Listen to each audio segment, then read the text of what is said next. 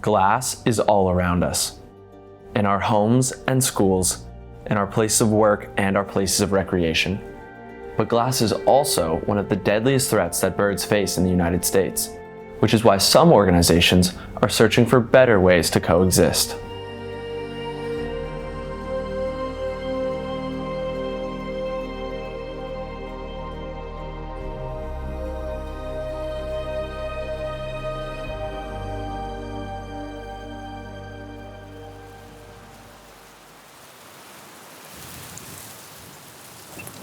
White-throated sparrow, 97690.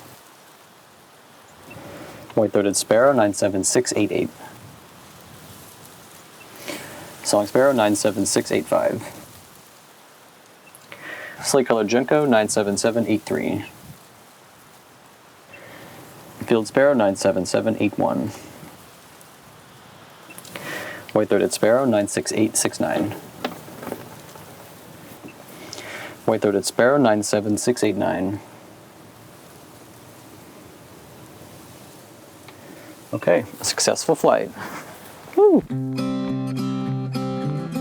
So we are in the eastern shore of Maryland at the Foreman's Branch Bird Observatory. This research is, well, first of all, very new and just really exciting to have something like this to be able to actually test bird-safe glass, because before now we've really not had too many options. There are only 2 of these in the entire United States that really do this kind of research. And I really enjoy what I do because it feels like I'm making, a big difference in the lives of these birds. We have so much data now coming out about just how many birds die every year. Birds that are migrating, they can't really adapt to like a glass wall that they can't see, or they don't understand what glass is. And so we have an estimated 1 billion bird collisions happening just in the US alone per year. But we get all different companies from different countries. Germany, South Korea have sent us a lot of samples. Everywhere across the world is kind of getting in on this business. And so they'll send us test panes of glass, which we will put in the tunnel, run them against a control pane and see what the difference is. There's a banding station here where they capture birds in our 76 nets that we have throughout the property. And then the birds get banded, processed there, and sent to us at the tunnel, where we take them, now that they've been banded and processed, and we run them through the tunnel to test our bird-safe glass. And what is the bird banding? Oh, gosh. Sorry.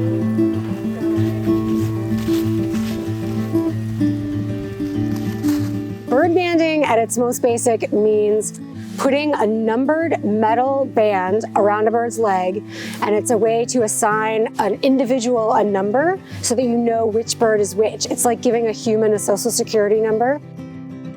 With the various groups that are monitoring buildings for collisions and the lights out groups, the glass collisions are turning out to be a much worse problem than a lot of people realized 5 or 10 years ago.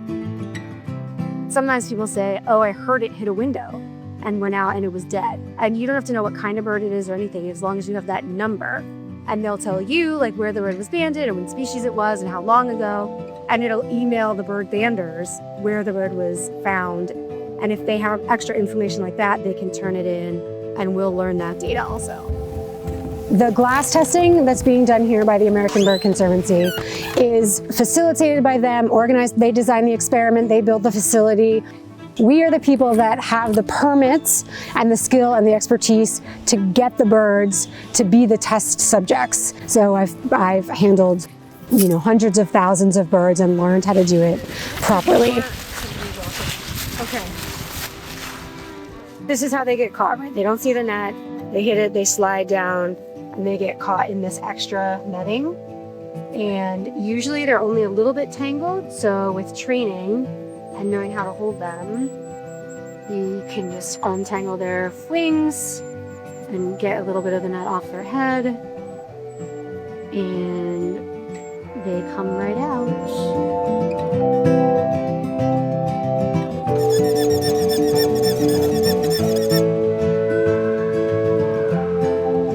Now that we have the bird's number written down and the species, I'm going to put this bird into the tunnel, start record, and I'm going to say white-throated sparrow 97690.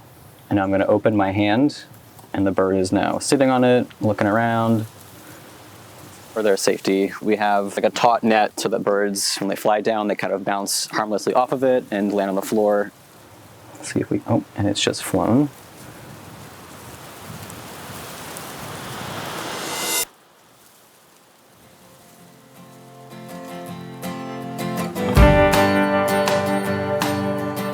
So the bird successfully flew.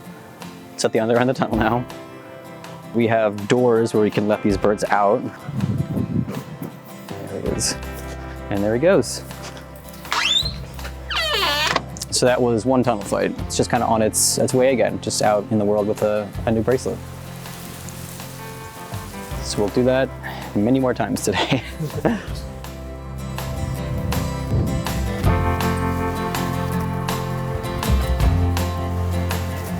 So sometimes it's necessary to crawl into the tunnel if the bird really doesn't want to go and is just kind of stuck down at that end. So we'll just kind of quietly as we can, walk down there to not stress the bird out any more than it already is, and then capture it and just release it. So bird's out.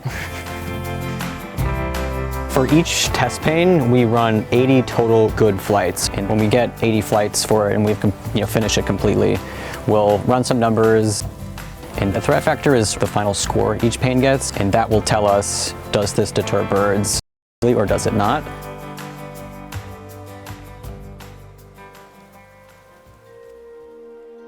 The Migratory Local Wildlife Protection Act of 2022, which initiatives like Lights Out DC help to usher in, utilizes the American Bird Conservancy's threat factor measurement as a basis for defining bird-friendly materials, now mandated across the city.